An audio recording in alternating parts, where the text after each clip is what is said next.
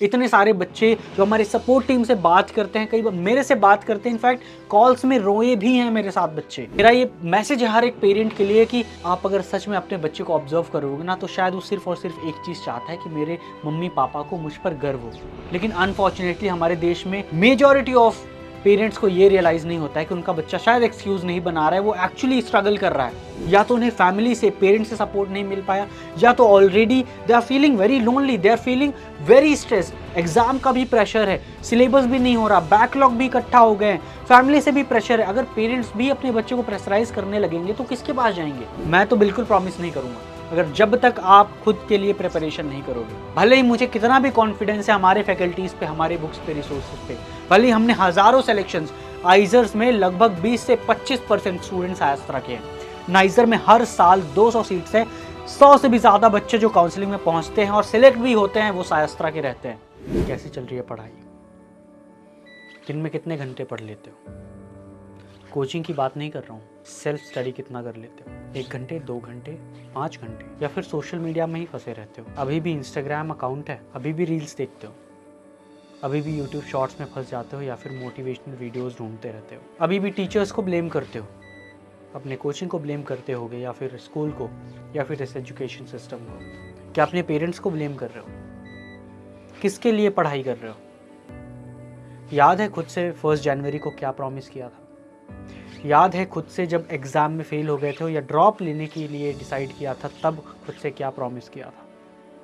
क्या आपको याद है आपने अपने मम्मी पापा से क्या प्रॉमिस किया था? आप लोगों से मैं ये सवाल इसलिए पूछ रहा हूँ क्योंकि जब मैं आपके एज में था तब मैं दिन रात, सुबह शाम अगर कुछ करता था तो वो सिर्फ एक चीज़ थी कि मुझे इस गांव से बाहर निकलना है, मुझे चिमनी में केरोसिन लैम्प में पढ़ाई नहीं करनी है, मुझे कुछ इन्वेंट करना है, मुझे कुछ खोज करनी है, मुझे एक साइंटिस्ट बनना है या फिर रिसर्च करनी है। मुझे अपने ही तरह बहुत सारे बच्चे जो दिखते थे स्कूल के जाते हमें रास्ते में, मुझे दिखते थे इतने गरीब बच्चे जिनके पास खाने के लिए खाना नहीं होता था, कि इनके लिए मैं कुछ करूँगा। फिर से याद करो खुद को क्या बोला था।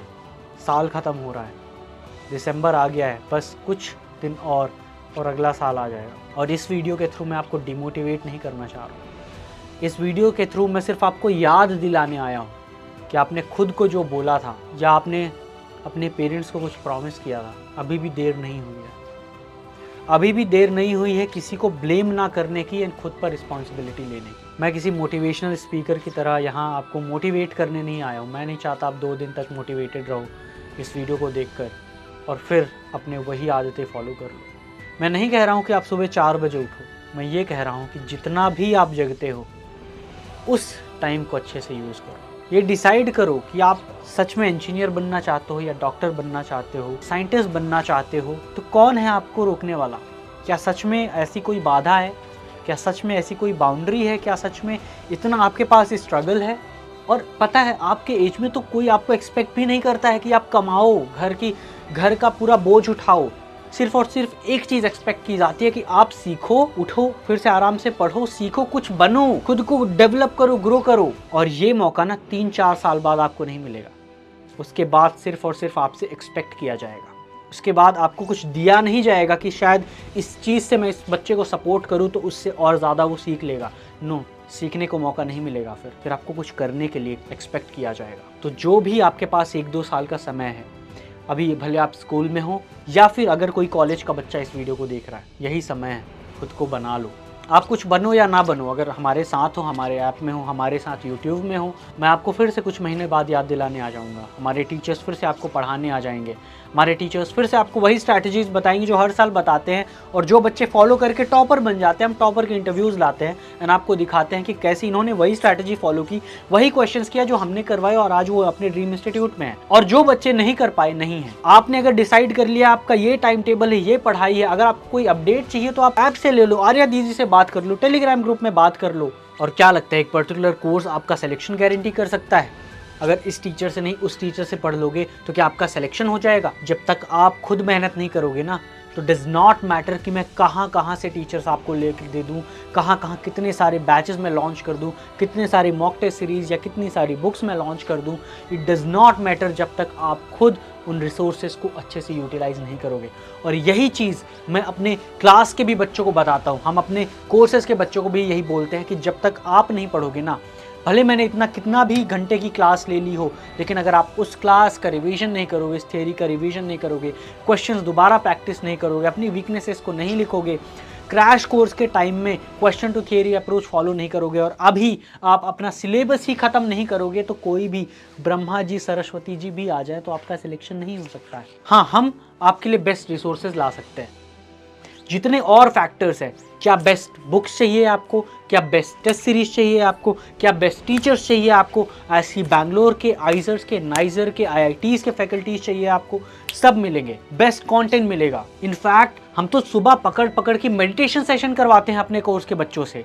पकड़ पकड़ के हर 3.0 बच्चों को हमने आइजर नाइजर के बच्चों से कनेक्ट किया है। हमने बोला है कि रोज सुबह आप बताओगे कि आप कितने घंटे पढ़ने वाले हो, कितना सिलेबस कवर करोगे, और सोने से पहले हर एक बच्चा मैसेज करता है हमारे इन पर्सनल मेंटर्स को कि मैंने कितना पढ़ाई की है। हम ये कर सकते हैं अपने साइड से, आपको पकड़ पकड़ के एक एक चीज पूछेंगे, क्यों नहीं हुई पढ़ाई, क्या दिक्कत आई आपको, क्या टाइम टेबल नहीं फॉलो कर पा रहे हो, कौन से क्वेश्चन में प्रॉब्लम है। पर्सनल मेंटर भी असाइन किया है आपको, लेकिन उसके बावजूद अगर आप नहीं पढ़ोगे तो कोई आपका सिलेक्शन नहीं कर सकता। मैं तो बिल्कुल प्रॉमिस नहीं करूंगा अगर जब तक आप खुद के लिए प्रिपरेशन नहीं करोगे। भले ही मुझे कितना भी कॉन्फिडेंस है हमारे फैकल्टीज़ पे, हमारे बुक्स पे, रिसोर्सेज पे, भले ही हमने हज़ारों सिलेक्शंस, आइजर्स में लगभग 20 से 25% स्टूडेंट्स आयस्त्रा के हैं, नाइजर में हर साल 200 सीट्स है, 100 से भी ज़्यादा बच्चे जो काउंसलिंग में पहुंचते हैं और सिलेक्ट भी होते हैं वो सायस्त्रा के रहते हैं। लेकिन फिर भी I am not bragging at all about my resources. It was two students, it was their parents जिन्होंने बोला, रिसेंटली हमारे AIR5 के एक पेरेंट्स ने बोला था कि पेरेंट्स को भी ध्यान देना चाहिए। ऐसा नहीं है कि सिर्फ बच्चा पढ़ाई कर रहा है और पेरेंट्स सोशल मीडिया में है, टीवी चला के डिस्ट्रैक्ट कर रहे हैं। So this is my request and message to the parents as well कि आपको वो एनवायरमेंट अपने बच्चे को देना होगा जहाँ उसको भी वो मोटिवेशन फील रहे, उसको भी अंदर से मोटिवेटेड फील हो कि मुझे कुछ बनना है, कुछ करना है, आपके लिए कुछ करना है, आपको गर्व फील करवाना है। मेरा ये मैसेज है हर एक पेरेंट के लिए कि आप अगर सच में अपने बच्चे को ऑब्जर्व करोगे ना, तो शायद वो सिर्फ और सिर्फ एक चीज़ चाहता है कि मेरे मम्मी पापा को मुझ पर गर्व हो।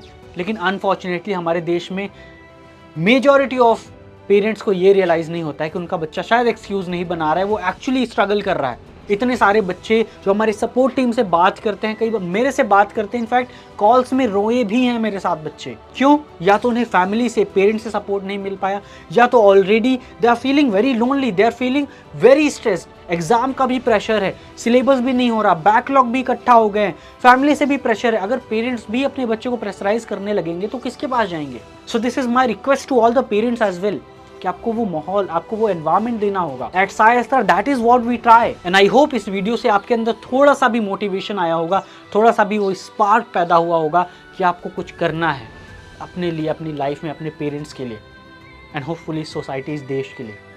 मिलते हैं आपके ड्रीम इंस्टीट्यूट में अगले साल। जय हिंद।